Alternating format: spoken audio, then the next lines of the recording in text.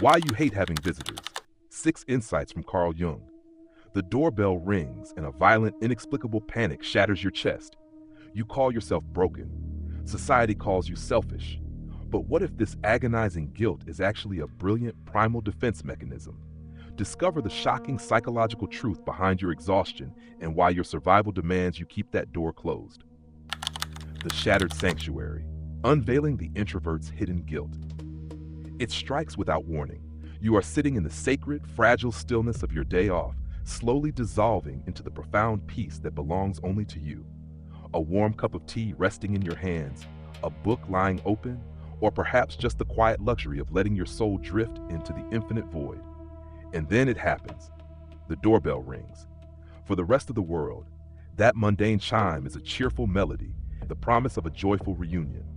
But for you, it is a sudden, violent thunderclap, shattering the pristine, transparent glass of your inner cathedral. In a fraction of a second, your stomach clenches into a painful knot. Your heart races, pounding against your ribs as a visceral wave of panic, inextricably tangled with sheer blinding irritation, surges through your veins. Why does a simple knock feel like a terrifying ambush? Almost instantly, the dark, suffocating shadow of guilt swallows your irritation. A cruel, interrogating voice echoes in your mind. Why am I so inexplicably angry at a friendly visit? Am I becoming a misanthrope? Am I truly this selfish, this irreparably cold and disconnected from the human race? The sheer agony of dragging your heavy limbs to the door, forcing your face into a synthetic, welcoming smile, is a torturous loop of self-condemnation intimately familiar to every introverted soul. And when the door finally closes behind the departing guest, you are left entirely hollowed out. Your physical body is completely drained, but your mind feels as though it has just been subjected to a ruthless, invisible hemorrhage. This paralyzing exhaustion plunges you into a suffocating spiral of self-doubt. The inner multiverse warmly welcomes you to this quiet sanctuary of thought. If you find fragments of your own soul scattered within these intense feelings, I humbly ask you to subscribe to the channel and leave a like. Your gentle act of support is the vital energy that motivates us to continue crafting these profound psychological explorations for our future journeys together. You are not broken, and you are far from alone. Through the illuminating, deep-rooted lens of Carl Jung's psychoanalysis, this agonizing experience is neither a character flaw nor a pathological disease. It is, in fact, a remarkably sophisticated, deeply healthy mechanism of physiological and psychological self-preservation. That intense surge of discomfort carries a meaning far more sacred and ancient than a mere surface-level reaction. Today, we will slowly, gently walk into the absolute depths of that internal landscape, meticulously peeling back the layers of heavy, unjust judgment you have carried on your weary shoulders for so long. The invisible tide, understanding Jung's psychic energy. To truly shed the weight of this agonizing guilt, we must first look past the superficial label of introversion and understand the invisible, tidal flow of our life force.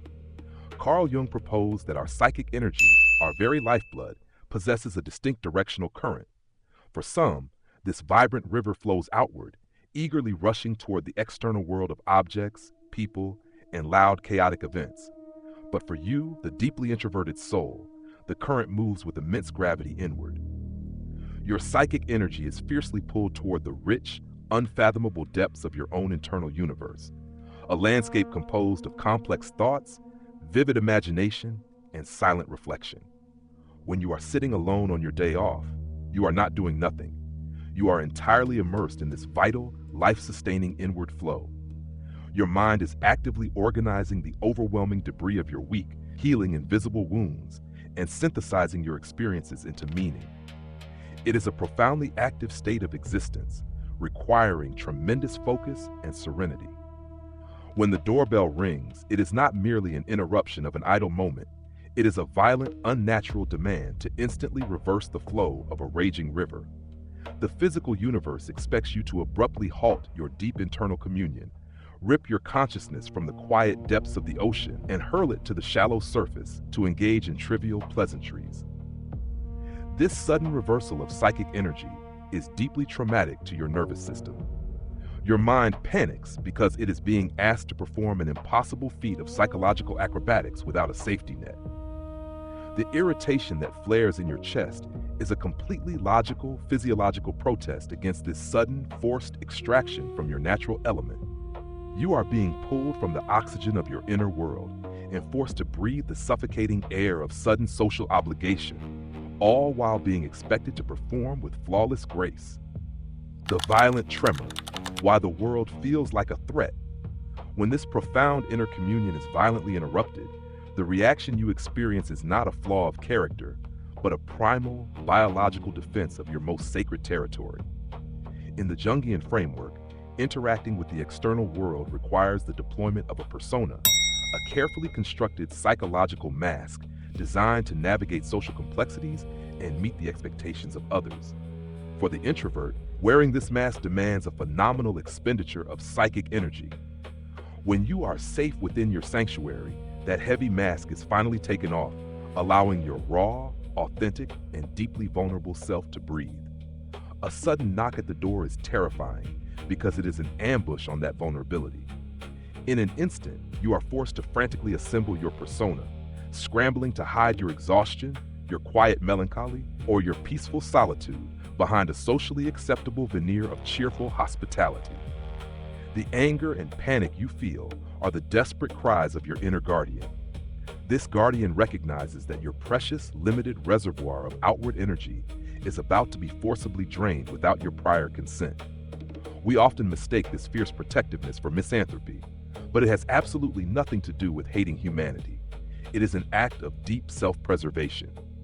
Your psyche is acutely aware that engaging with an unexpected visitor will bankrupt your energy reserves, leaving you utterly depleted and disconnected from your own core.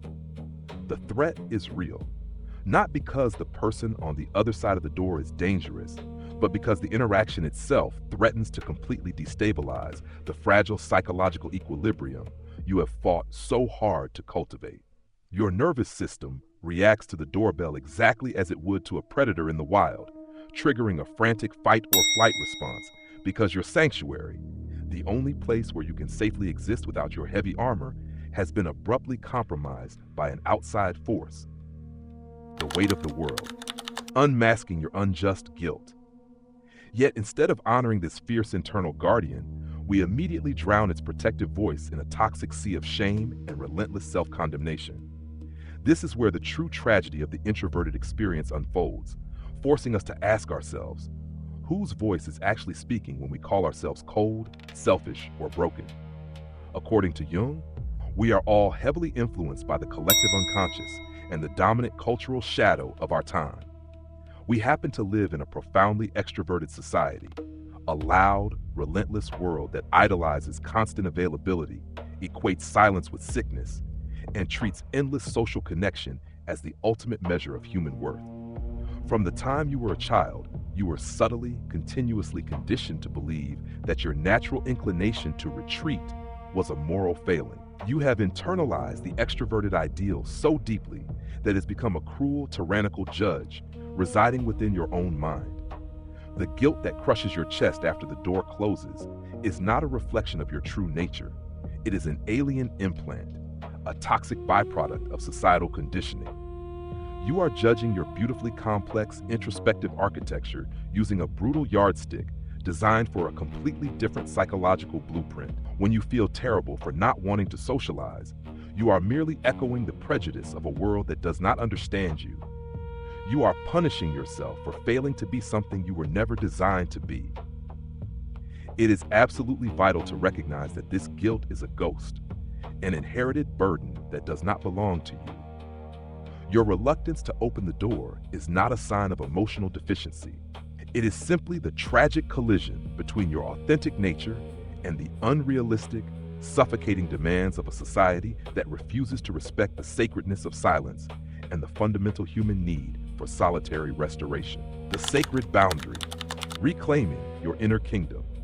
Realizing that this crushing guilt does not belong to you is the first breathtaking step toward reclaiming the sovereign independence of your own mind.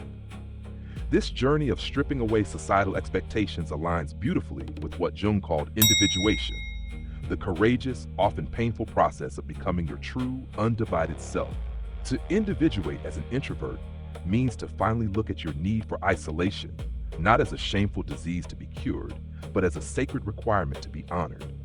It means giving yourself the radical, unapologetic permission to let the doorbell ring into the void, knowing that your peace is far more valuable than a forced, agonizing performance of pleasantries. You must begin to see your inner sanctuary not as a fortress of isolation where you hide from life, but as the very soil from which your most profound empathy, creativity, and wisdom grow. When you stop bleeding your energy dry to meet the sudden demands of others, you preserve the strength necessary to love the world on your own terms, in your own deeply intentional way. The next time the silence of your home is shattered by an unexpected intrusion, allow yourself to feel the irritation without an ounce of shame. Acknowledge the fierce protector standing at the gates of your psyche. Smile at it, thank it for its vigilance, and remind yourself that you are the sole monarch of your time and energy.